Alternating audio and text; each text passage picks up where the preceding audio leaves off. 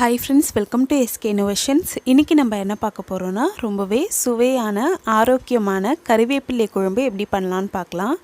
இப்போ ஒரு கடாயில 3 சொட்டு எண்ணெய் விட்டுக்கிறேன். இந்த எண்ணெய் எதுக்காகனா நம்ம இந்த எண்ணெயில கறிவேப்பிலையை வறுத்து விட்டுக்க போறோம். கறிவேப்பிலை பாத்தீங்கன்னா 2 கைப்பிடி அளவுக்கு கறிவேப்பிலை நான் சேர்த்திருக்கேன். இதுல கொஞ்சம் கூட ஈரம் இருக்க கூடாது. அந்த அளவுக்கு பாத்துக்கோங்க. ஈரம் இல்லாத க்ளீனான கறிவேப்பிலையை இந்த 3 சொட்டு எண்ணெயில் நல்லா வறுத்து விட்டுக்கலாம். இந்த கறிவேப்பிலை இந்த மாதிரி எண்ணெயில் வறுக்கிறதுனால இதில் இருக்கக்கூடிய கசப்புத்தன்மை சுத்தமாகவே போயிடும். அதனால சாப்பிட்றதுக்கு ரொம்பவே நல்ல ஃப்ளேவர் நமக்கு கிடைக்கும். இப்போ இதை பார்த்திங்கன்னா மீடியம் ஃப்ளேமில் வச்சு 1லேருந்து 2 நிமிஷம் நல்லா வறுத்து விட்டுக்கிறேன். இப்போ பாருங்கள், இந்த அளவுக்கு நல்லா கறிவேப்பிலை வறுப்பட்டதும் நம்ம ஸ்டவ் ஆஃப் பண்ணிவிட்டு ஒரு பிளேட்டுக்கு மாற்றிக்கலாம். மாற்றிட்ட பிறகு இது ஓரளவுக்கு ஆறிட்ட பிறகு நம்ம மிக்ஸி ஜாரில் சேர்த்து பொடி பண்ணி எடுத்துக்கலாம். நல்லா பொடிச்சிட்ட பிறகு கொஞ்சமாக மிக்ஸி ஜாரில் தண்ணி நம்ம அரைச்சி வச்சுக்கலாம். இப்போ அதே கடாயில் 5 டேபிள் ஸ்பூன் அளவுக்கு நல்லெண்ணெய் சேர்த்துருக்கேன். எண்ணெய் நல்லா ஹீட் ஆகிட்ட பிறகு கொஞ்சமாக கடுகு சேர்த்துக்கிட்டேன். கடுகு வெடிஞ்சதும் 2 முழு பூண்டை தோல் உரித்து சேர்த்துக்கிறேன்.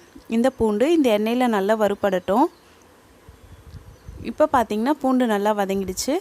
அடுத்து இதோட ஒரு பெரிய சைஸ் வெங்காயமாக பொடி பொடியாக கட் பண்ணி சேர்த்துக்கிறேன். இந்த வெங்காயம் பார்த்திங்கன்னா நல்லா கோல்டன் ப்ரௌன் கலர் வர வரைக்கும் நம்ம இதை நல்லா வதக்கி விட்டுக்கலாம்.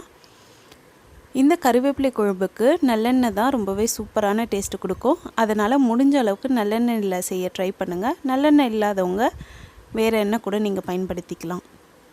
இப்போ பார்த்திங்கன்னா இந்த வெங்காயம் நல்லா வதங்கிடுச்சு. அடுத்து இதோட 3 ஸ்பூன் அளவுக்கு குழம்பு மிளகாய்த்தூள் சேர்த்துக்கிறேன். இந்த குழம்பு மிளகாய்த்தூள் இல்லாட்டி 1.5 ஸ்பூன் அளவுக்கு தனி மிளகாய்த்தூள், 1.5 ஸ்பூன் அளவுக்கு தனியாத்தூள் சேர்த்துக்கோங்க. இப்போ இந்த மிளகாய்த்தூள் சேர்த்துட்ட பிறகு இதை நல்லா நம்ம கலந்து விட்டுக்கலாம். கலந்து விடும்போது பார்த்திங்கன்னா சிம் ஃப்ளேமில் வச்சுட்டு கலந்து விடுங்க. அப்போ தான் அடி பிடிக்காமல் இருக்கும், அதாவது கருகாமல் இருக்கும்.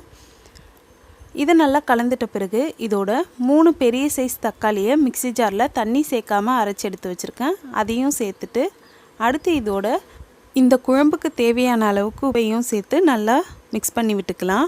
நம்ம அரைச்சி சேர்த்துருக்க தக்காளி நல்லா வதங்கி எண்ணெய் பிரிஞ்சு வர வரைக்கும் இது நல்லா அப்படியே வதங்கட்டும். இப்போ பார்த்திங்கன்னா தக்காளி நல்லா வதங்கி எண்ணெய் பிரிஞ்சு வர ஆரம்பிச்சிருச்சு. இந்த டைமில் நம்ம அரைச்சி வச்சுருக்க கறிவேப்பிலையை ஆட் பண்ணிக்கலாம். கறிவேப்பிலை பார்த்திங்கன்னா ஏற்கனவே சொன்ன மாதிரி நல்லா ஃபைன் பவுடரை அரைச்சிட்ட பிறகு தான் நீங்கள் தண்ணி சேர்த்து அரைச்சிக்கணும். ஃபஸ்ட்டே நீங்கள் தண்ணி சேர்த்திட்டிங்கன்னா கறிவேப்பிலை சரியாக அரைப்படாது.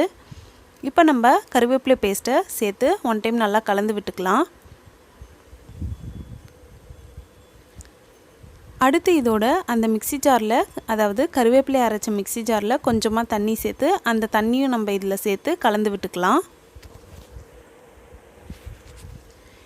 இந்த குழம்புக்கு பார்த்திங்கன்னா தண்ணி தேவைப்படாது. மொத்தமே இந்த குழம்புக்கு நான் 1/2 லிட்டர் அளவுக்கு தான் தண்ணி சேர்த்துருக்கேன். ரொம்ப தண்ணியாக வச்சுட்டா இந்த குழம்பு அந்தளவு நல்லா இருக்காது.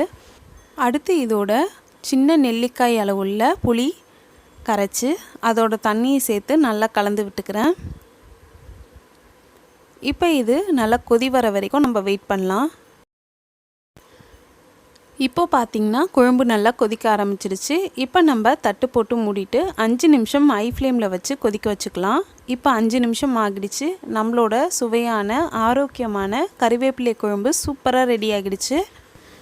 இந்த குழம்பு பார்த்திங்கன்னா 2 நாள் வரைக்கும் வெளியில் வச்சு சாப்பிடலாம். ஃப்ரிட்ஜில் வச்சிங்கன்னா 1 வாரம் வரைக்கும் வச்சு சாப்பிடலாம். இந்த குழம்பு சூடு ஆற ஆற நல்லா திக்காக ஆகும். அதனால் இந்த கன்சிஸ்டன்சியில் இருக்கும்போதே ஆஃப் பண்ணிவிடுங்க.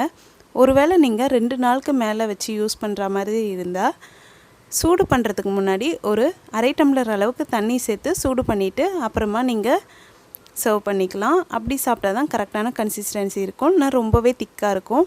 கண்டிப்பாக எல்லோரும் இந்த ஆரோக்கியமான சுவையான கறிவேப்பிலை குழம்பை ட்ரை பண்ணுங்கள். இந்த குழம்பு பார்த்திங்கன்னா இட்லி, தோசை, சாதத்துக்கெலாம் ரொம்பவே சூப்பராக இருக்கும். குழந்தைகள் கூட இந்த கறிவேப்பிலை குழம்பை விரும்பி சாப்பிடுவாங்க. இந்த வீடியோ உங்களுக்கு பிடிச்சிருந்தால் லைக் பண்ணுங்கள், உங்கள் ஃப்ரெண்ட்ஸோடு ஷேர் பண்ணுங்கள், அண்ட் எப்படி இருந்துச்சுன்னு கமெண்ட் பண்ணுங்கள். நம்ம சேனலை ஃபஸ்ட் டைம் பார்க்குறீங்கன்னா மறக்காமல் சப்ஸ்கிரைப் பண்ணுங்கள். தேங்க்ஸ் ஃபார் வாட்சிங் ஃப்ரெண்ட்ஸ்.